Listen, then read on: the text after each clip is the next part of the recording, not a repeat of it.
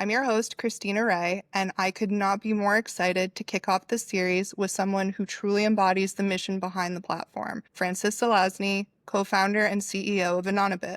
Frances has spent her career at the crossroads of biometric identity, data privacy, and emerging tech, long before most people realized how urgently those forces would collide. If you've seen her recent work on identity-bound AI agents, you know she's not just keeping pace with the AI revolution, she's helping define its boundaries. As AI increasingly drives critical decisions, from onboarding to fraud detection, one question looms large. How do we ensure these agentic systems are not just smart, but accountable? Frances is championing a bold, practical solution. AI governance must start with verified identity. In today's conversation, we'll unpack what that means, why it matters, and how fintechs, compliance leaders, and regulators can stay ahead of the curve. So let's dive in. Frances, thank you so much for being here. To start, would you like to share a little bit about your journey, what first drew you to this space, and how that path led you to co-found Anonybit and work on what you're working on now? So first of all, Christina, thank you so much for having me. It's always a pleasure to see you. My journey in identity started actually by mistake. I don't have a technical background, but I'm very passionate about policy issues and emerging tech. And when I got involved in this space, nobody knew what facial recognition was. It was definitely a burgeoning industry. I was with one of the first facial recognition companies. Like I said, when nobody knew, what it even was. But I understood fundamentally that in order for this tech sector to be successful, we will have to deal with policy issues, and particularly around privacy. And it was really in the very beginning of my journey in this space that I got involved with drafting responsible use guidelines for biometrics. We put out and we promoted concepts like what we called no match, no memory. If you're not in the system would not know who you are. We promoted concepts around consent, no deletion, privacy by design, and people who would have access to the system. And those principles ended up, coincidentally or not, but those principles really ended up almost word for word in the data protection laws that we see today. And the idea of biometric privacy from 1999 till today is still holds. People are very concerned when they think about biometrics, how their technology, how they're identifying information is used, who has access to it, what happens if they give it, where it's stored, can they opt out? The biggest fear, of course, is that, God forbid, your biometrics get stolen and then somebody's walking around with your biometrics. How do you prove that it's not you? And what may have been a theoretical exercise in 2001 actually became a startling reality when the US government OPM database was breached and 5.5 million people's fingerprints were stolen. So we have already lived through the potential ramifications of biometric data being stolen.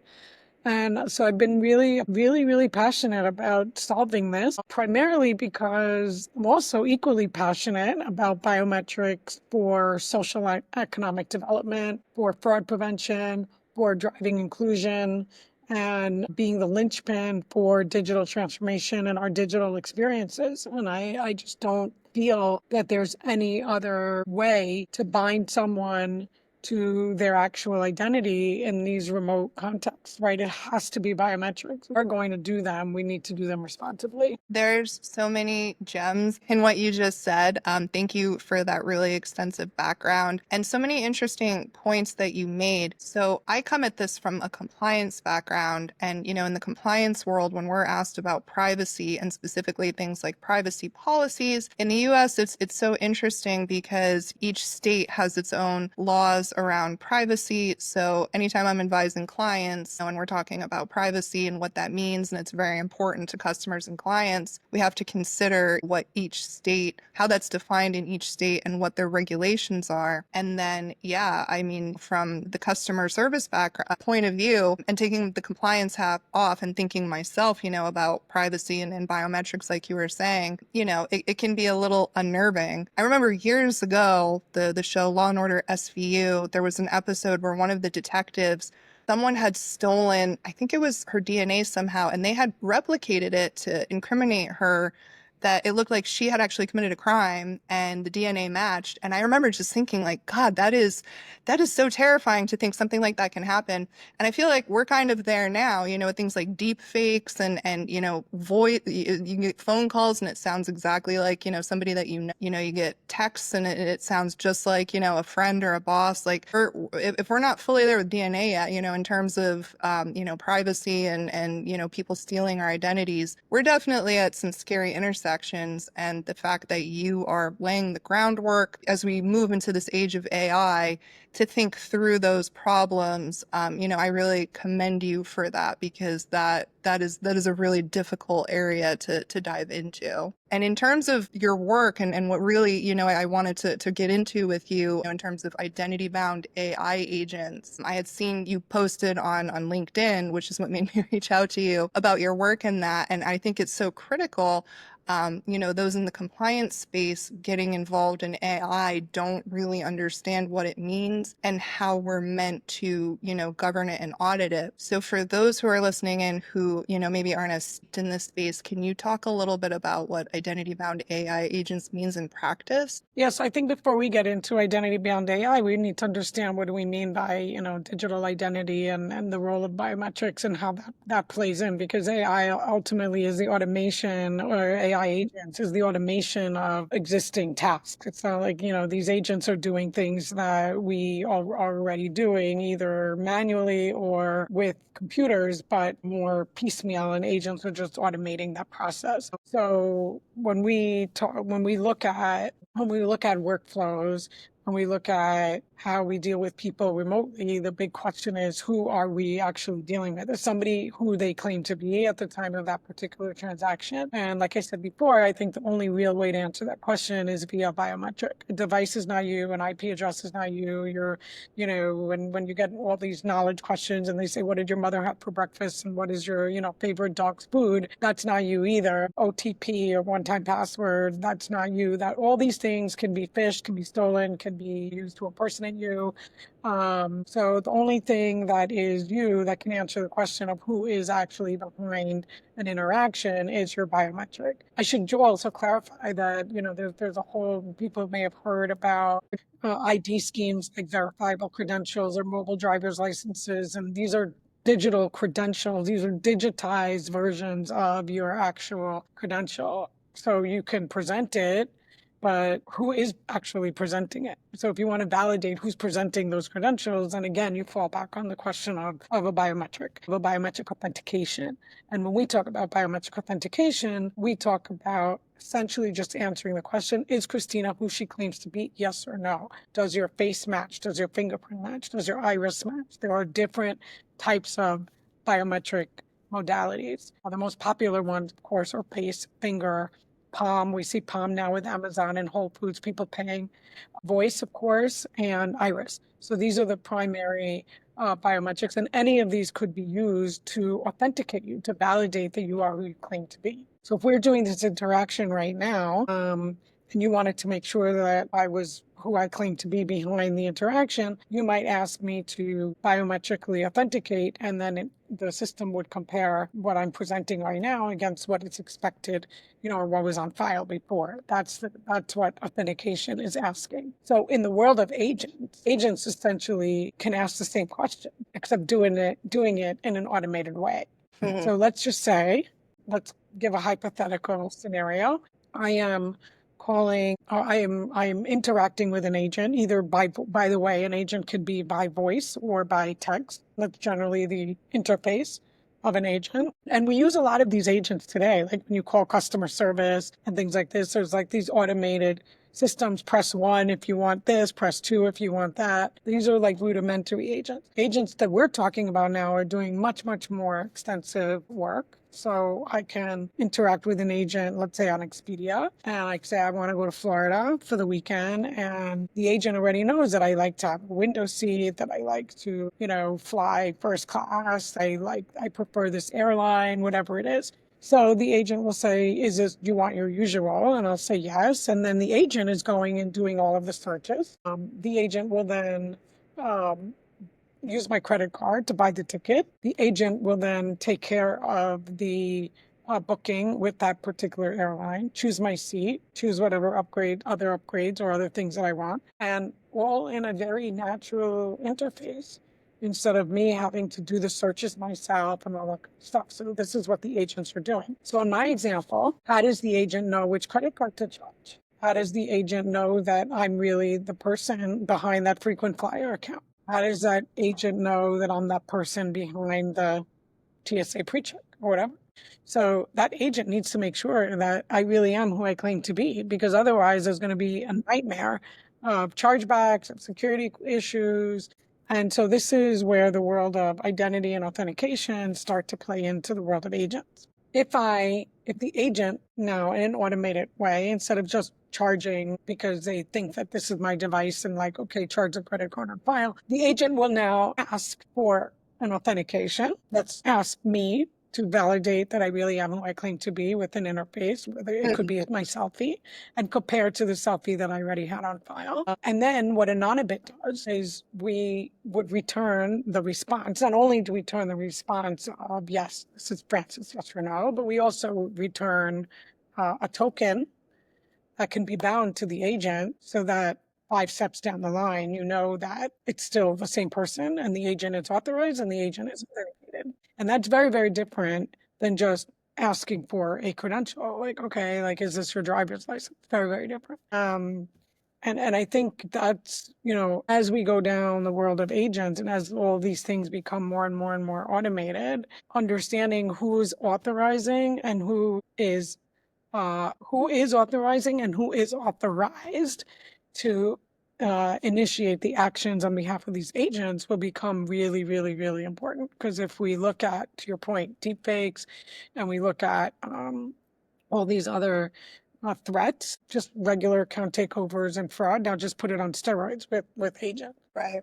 So that's where the workflow around agents. And I don't know if you want to get into this now, but why Anonybit versus something else, that goes back to the privacy. But at a fundamental level, if we don't attach identity, but like real identity to these agents, we will be in big trouble. I agree with you completely. In the world of like compliance and risk, we have a lot of acronyms. KYC is a big one, know your customer. But now we're talking about KYA, know your agent. And I think that that's really going to be, added to our library and alphabet of know your fill in the blank terms moving forward. So what do you think this shift will mean in practice? Because when I give speeches, what I really like to do for the audience is tie the concepts that we talk about back to practical applications, for day to day. So to your point, why Anonybit, I'd love for you to talk more about that and what this shift means in practice for not only the fintechs and financial institutions, but also those, in the hot seat in compliance and risk and what this will mean for their day to day. For sure. So let's just start with the know your agent and the compliance. And then there's 2 aspects of this. So one is, let's just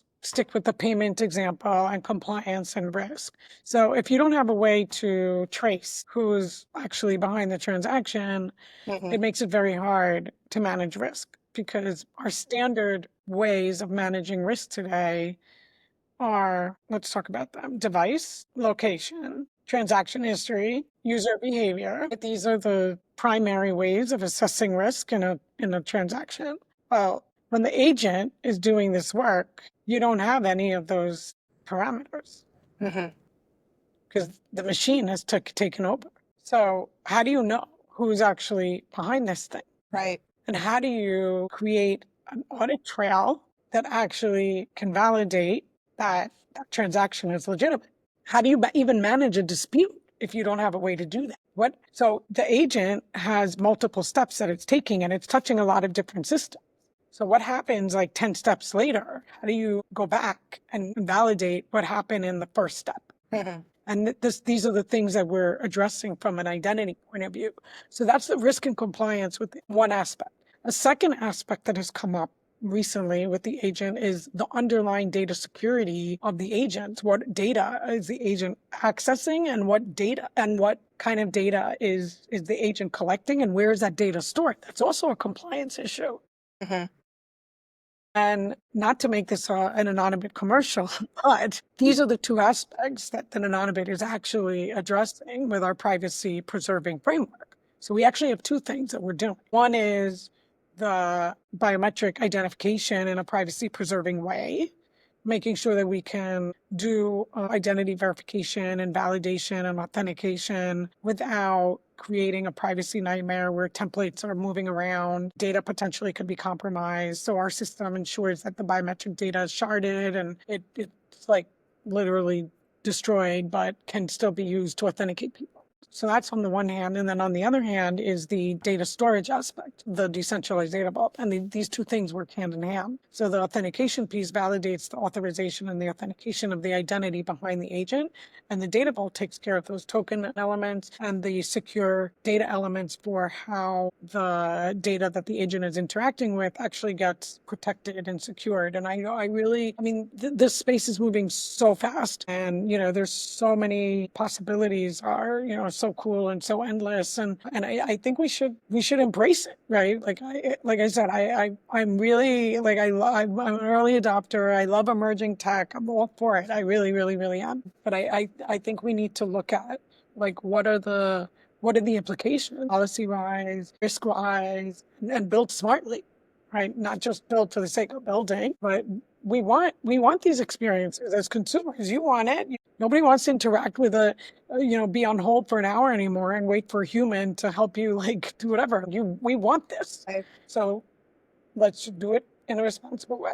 You're speaking my language. I am a big fan of tech too. I'm an early adopter. I want AI to plan and do everything, plan my vacation, book that flight, book the hotel, charge the card that's going to get me the most points. So I'm right there with you. But as somebody who's in compliance, unfortunately we get pigeonholed as raining on the parade of tech. And I love that, you're like me, you're kind of, walking that line of let's embrace the tech. It can do a lot of wonderful things, but let's do it in a responsible way, with governance and compliance, without choking out the innovation, that compliance and risk teams are kind of typically known for.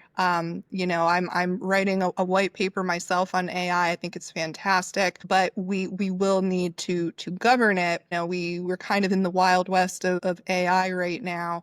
I'm in the crypto space, and for a long time people talked about crypto being the wild west. We have a lot of regulations and guidance now around crypto. I think crypto's kind of moved into its industrial era, and now AI is a bit in its wild west. So with the spirit of that, I'm curious where, because we don't have regulations in this space yet. Something I will address in my white paper is the guidance that's out there around model risk management and some, basic guidance in the EU. And I think the White House released some stuff around AI, but it's very new and novel, and obviously the tech is always much faster than the regulators in terms of how do we keep tabs on this. So I'd be curious, where do you see regulation heading in this space? And have you seen any early frameworks, jurisdictions, or guidance that you think are getting it right yet? So I think there are two ways of thinking about the regulation. One is, which we hear a lot in the news, like the ethical AI aspect. And I think there's still a lot of work to be done in that area. How do we manage hallucinations? How do we manage bias? How do we manage misinformation, which is always very, very, very scary? That's one area for regulation to, where's the responsibility? I talk about this a lot, as you know, corporate social responsibility. And I feel like whether there's regulation or not, I think that there must be, if we have big companies focusing on, plastics and water, there's no reason why these big companies cannot also focus on responsible information that is feeding models and that, could spread bad stuff. History and facts have shown that when there's a will, there's a way. Somebody once told me on the other side of things, which is more of what we were talking about before in terms of agentic commerce and stuff like that, I actually think that there's a lot of regulation already that can be applied into this area. And what somebody once said this to me, and it's something to me in a completely different context. He said, it's always easy to say no. That's the easiest thing to do. Say no, you can't do it. That's the easiest. That's the way out. Just no. Can't do it.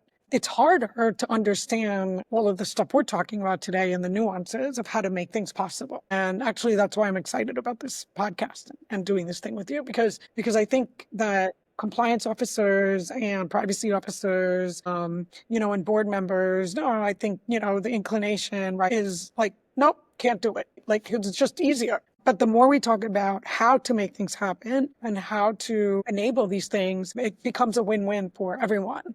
And so again, back to looking at how things are done today without agents, without AI, just talk about how things are done today. There's a lot of things that are broken around identity in our regular world. This is something I also talk about a lot. So why is it that I can take your credit card and put it in my Apple Wallet and use my Face ID and go and buy a Rolex watch and nobody will know that it's on my credit card? Why is that? The reason that this happens is that fundamentally my biometric is not associated with my credit card, or your biometric is not associated with your credit card. And so I can steal it. This is the same reason why fraudsters can take over your bank account. It's the same reason that an attacker can call your telco provider and take over your SIM card. So we need to first fix the fundamentals and then apply them to the world of AI. And I think if we think about it this way, then we realize again that AI is automating things that we are already trying to do. It's not like it's doing something new. It's just doing it in a new way. So I'll just highlight, just to kind of bring the point home, I'll highlight a partner. So we announced when we talked about this work that we're doing with AI agents, we announced a partnership with a company called SmartUp. And their specialty is AI agents for supply chain management, order management, and payments. This is their area. Now, there are many, many other agents that, can do all kinds of different workflows, but this is their particular area. And well, I'll just give you an example of something they're doing and where this comes into play. So your hospitality, it could be a hotel, it could be a casino, it could be a cruise line, and you're, at the bar, at the pool or whatever, and you want to make an order. Today, you have to scan the QR code, and then you sit and you flip through the menu, and then you select the items, and then you make a payment, and then you charge it to the room. And how cool would it be if you're sitting at the pool and you're like, and you talk to an agent like, I'm in the mood for a salad. What salads do you have on the menu? And then the agent just tells you, like, oh, we have Caesar salad, we have this salad, we have this salad. And you're like, okay, I'd like a Caesar salad with grilled chicken, no anchovies. And the agent responds to you, okay, great. Do you want something to drink? So it's like you're literally you're having this like a natural interaction, right? This is something that we would do in person. This is either in person or through the manual process. But now the agent is doing this for you. And now when it's having this interaction, it needs to know that it's me, right? It needs to charge my proper room, charge my credit card, and know that I have allergies or whatever if I'm a frequent flyer. So the agent needs to know who I am. These are the kinds of things that I'm talking about that we're very excited and passionate about, and that we can enable. And that's a little bit different than the ethical stuff, which I'm doubly passionate about for a whole variety of reasons. I think it's on the one hand we need new regulation, and then on the other hand we need to look at existing processes. We need to understand how we improve them. We need to look at existing regulation and look at how that existing regulation applies to the world of AI. I love the idea of having an agent order me some Caesar salad and fries by the pool. I'm ready for that day now. But no, you're exactly right. Coming to a theater near you. Love that idea. Like I said, I'm fully here for AI to take over as many tasks as possible. And you're right, you were talking about the boardroom and business, regardless of the industry. There's always pushback for something new. We can't do it. Whether or not people are considering the risks, the privacy, or just the bottom line, there's generally going to be some pushback. But we both know AI is here. It's certainly not going anywhere. Everyone has their point of view about, is it going to take jobs? What is it going to do? What is it capable of? Sure, it's capable of some scary stuff, as we've talked about. It's also capable of great stuff. In my world in compliance, I don't think AI is going to take take over anyone's jobs. It's going to enhance, it's going to make people smarter and think about their jobs, in a different way to actually be compliant, specifically in the world of anti-money laundering, really do some actual, investigations and try to catch bad actors versus just doing check the box compliance. That's a conversation for another day. I want to stick in our realm for today. You were just talking about, being passionate about the tech, being passionate about the ethics. I would love to know, as we start to wrap this up, what is next for you in Anonybit that you're excited about? And is there anything you'd like our audience to keep an eye on? I mean, one of the things that really keeps me going, so I've been in this industry for over 25 years, and one of the things that really keeps me going is that identity is ultimately the underpinning to everything that we do. And I've touched on so many different aspects of identity in private sector, public sector, nonprofit, developing world, Western world, in between, and the possibilities really are endless. And one of the things that I love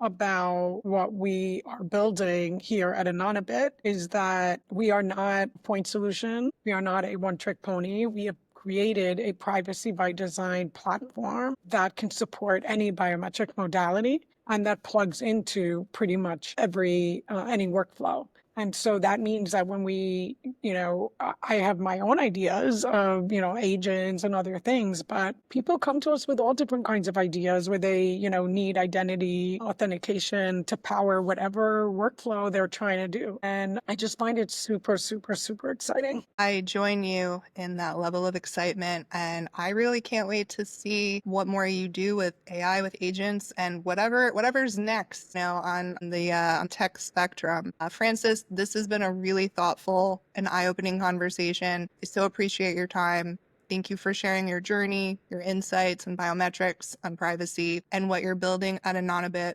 For anyone listening who wants to learn more or connect with you, how can they reach you? So LinkedIn is probably the easiest, or the Anonybit website. I'm pretty reachable and very, very responsive. Great. We will make sure to include those links in any show notes and any content that we produce online. To our listeners, thank you for tuning in to our first episode. If this sparked ideas or questions and you want to learn more about AI, agents, what Frances is doing in Anonybit, what I'm doing with RayCor Consulting, please reach out to Frances, reach out to me, drop me a message, or share the episode with someone that you think needs to hear it. Until next time, stay curious, stay compliant, and let's keep pushing the space forward. Thank you, everyone.